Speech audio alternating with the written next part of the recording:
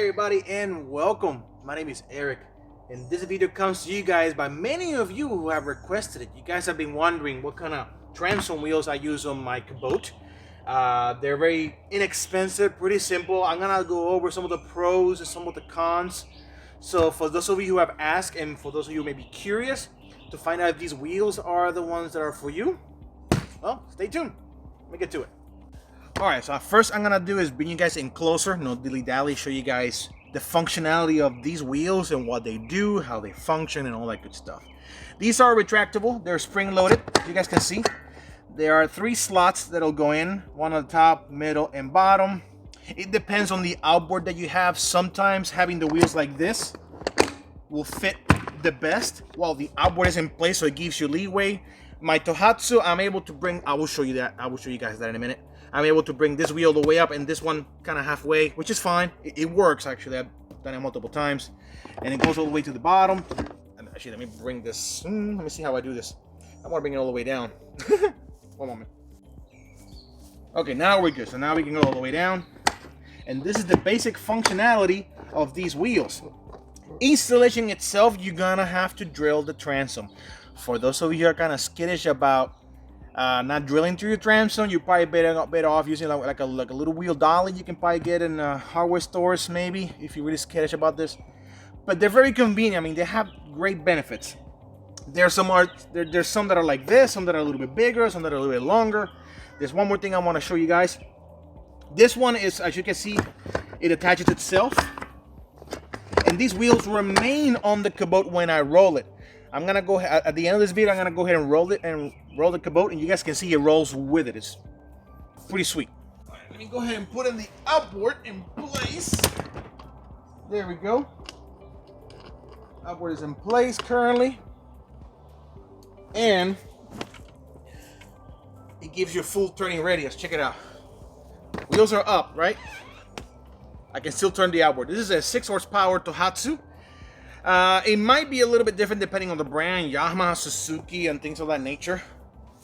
Now, once you're gonna have to, let's say you're gonna go and land, you're gonna have to pull the motor up. That's the only situation, because the wheels, when they go all the way down, as you guys can see, the clearance itself is maybe 5 or 6 inches, perhaps at the most, maybe 4 or 5.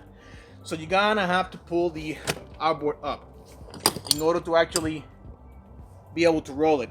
And that's one of the things that actually is one of the drawbacks I'm gonna talk about next. I'm gonna go ahead and put the Kaboat on the floor and show you what you're gonna have to do in order to put the motor in place. All right, now as you guys can see right now, it is on the floor. I got some clearance, but I cannot put the outboard straight down. I have to open the bracket of the outboard and put it in an angle like so. Check it out. See, in order for me to actually put the outboard, that's one of the drawbacks. You have to put the outboard like this on an angle. You will not be able to put it straight down. Once you get underwater, of course, you can bring the motor down, and that gets the job going. What I'm gonna show you guys next is how it rolls on the floor, and about the clearance. Let me get to that. Okay, word to the wise, okay? These wheels don't give you a whole lot of clearance onto the ground. Keep that in mind, maybe 4 inches or 5 at the most. So, whenever you take the Kaboat with you into the water using these wheels, since you have very little clearance, you don't want to put a whole lot of weight. You don't want the bottom of the Kaboat to be getting scratched. Just put the motor, maybe the gas tank at most. Do not pack the Kaboat and just take it with you with these wheels. They're not meant for that. You pack your boat or the Kaboat itself once you're in the water, okay? Just keep that in mind, you'll be fine.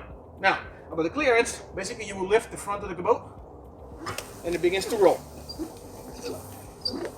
It does okay in grass. It does okay in gravel. I've tried it. However, there are some boat ramps that have ridges and they're kind of slotted, so the trailers and the trucks don't get their wheels stuck when it's like all mossy and crappy. You're gonna have a hard time on those boat ramps. For that in specific, you might want to consider getting the standard transom wheels. Now, these are big. Chances are, if you were to install these on the Kaboat itself, it'll work.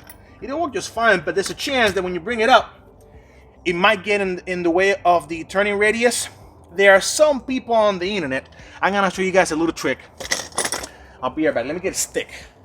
If you choose to go with transom wheels like this, if you get the straight ones, what you do, you will loosen the latch on it so it comes down and it's held by the stick.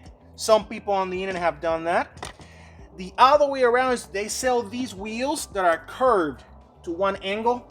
So if you were to bring them up, it'll be, the wheel itself will be actually over here, allowing you to give you clearance on the turning radius of the outboard. So if you want to go with the standard transom wheels, make sure you get them curved. If you get them straight, get yourself a nice stick like this that can stay in place, maybe tie it up, so that way when you bring it down, the wheels stay in there. Tip to the wise. I've hung out with some other inflatable boat enthusiasts, and they taken these wheels with them, like the straight ones, and all they do is once they get in the water, they unhinge it, take it out, and they put it inside the Kaboat. You can do that too, by the way. If these are not really your way to go, your taste, you can get your standard ones. There are ways around it. The main reason why I got these wheels is because I want them to be convenient, quick deploy, less equipment for me to worry about. I use the standard transom wheels on my bigger boat because that's the boat that I use to do bigger trips. This boat itself I mainly use in small rivers and lakes. Like recently I went to the Econ River. So I don't really care about deploying too much gear with me on those specific trips because it's gonna be in and out type of trip. Alright, so what I'm gonna do right now is I'm gonna show you guys that it can be rolled in with the wheels. I went ahead and moved it from the bottom to the top. This actually was a question that came from one of you guys like yesterday, as a matter of fact, and that was like, you know what, I need to make this video. Like the 5th or 6th person that asked for it. So basically I'm gonna go ahead and start folding it together with the wheels. You guys can see it doesn't obstruct anything at all. Just roll up your inflatable boat as it should. I'm gonna fast forward this, okay? So not to bore you.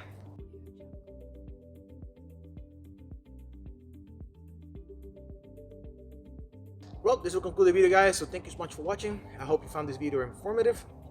See you guys on the next one. Later.